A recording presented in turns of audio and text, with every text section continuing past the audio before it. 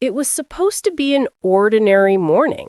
Bright lights, warm smiles, the familiar hum of a studio waking up. But the second the cameras rolled, something felt different. The usually unstoppable morning host, Liana Crest, sat unusually still in her chair, her fingers brushing the rim of a coffee mug she hadn't taken a single sip from. Her smile was there, but barely, like it had been taped on at the last possible second. Her co-host and husband, Marlo Dane, kept trying to nudge the spark back into her eyes. He tossed silly jokes, exaggerated stories, even a goofy eyebrow lift he usually saves for special occasions. But Liana barely blinked. Every time she reached for her coffee, her hand shook just enough to betray her. And then, out of nowhere, she whispered it. "I'm not coming back." The studio froze. The audience didn't gasp. They forgot how to breathe. Marlo stared at her like he'd just heard a translation error.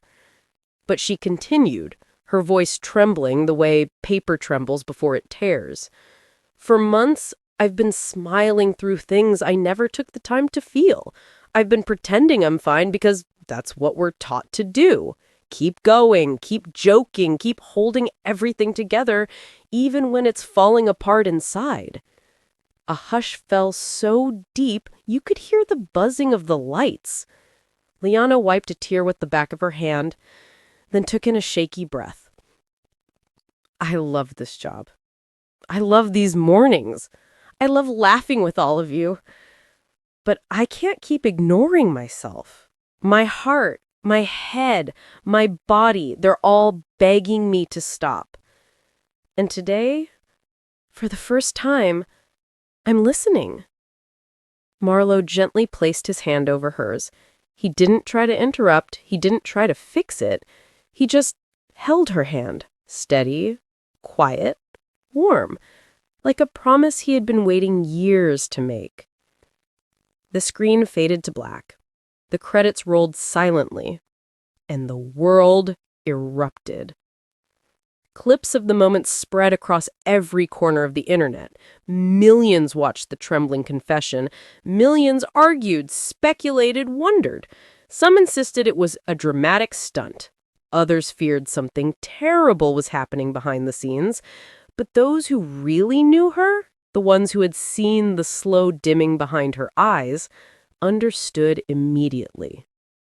Liana Crest was finally letting herself be human. In their quiet apartment, she curled into the corner of the couch, wrapped in a knitted blanket, staring at an unlit fireplace. Marlo entered with a steaming cup of tea, lowering himself to the floor beside her legs the way he used to when they were young and broke and hopelessly in love. "You didn't ruin anything," he murmured. "You survived something you never gave yourself permission to feel." Her voice cracked. "I disappointed everyone." He shook his head gently. "No, you finally told the truth. You finally told yourself the truth." She let the tears come then, soft at first, then spilling over like a dam giving up the fight. Marlo didn't move. He didn't speak. He just sat with her while she unraveled in the safest place she could. His hands, his arms, his quiet patience.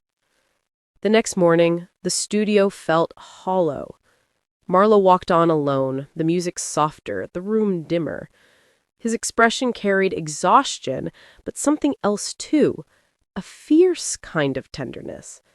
He looked into the camera with a steadiness that made the entire audience lean closer. "Liana is taking the time she needs, and I hope you'll give her the space to breathe, to rest, to rediscover who she is when she isn't carrying the weight of everyone's mornings." And for the first time in years, millions of people did something rare. They listened. Somewhere across the city, wrapped in her blanket, sipping tea in a dimly lit living room, Liana finally felt something she hadn't in a long, long time. Relief. Maybe she'd return? maybe she wouldn't. But for the first time in her life, she wasn't deciding for the world. She was deciding for herself.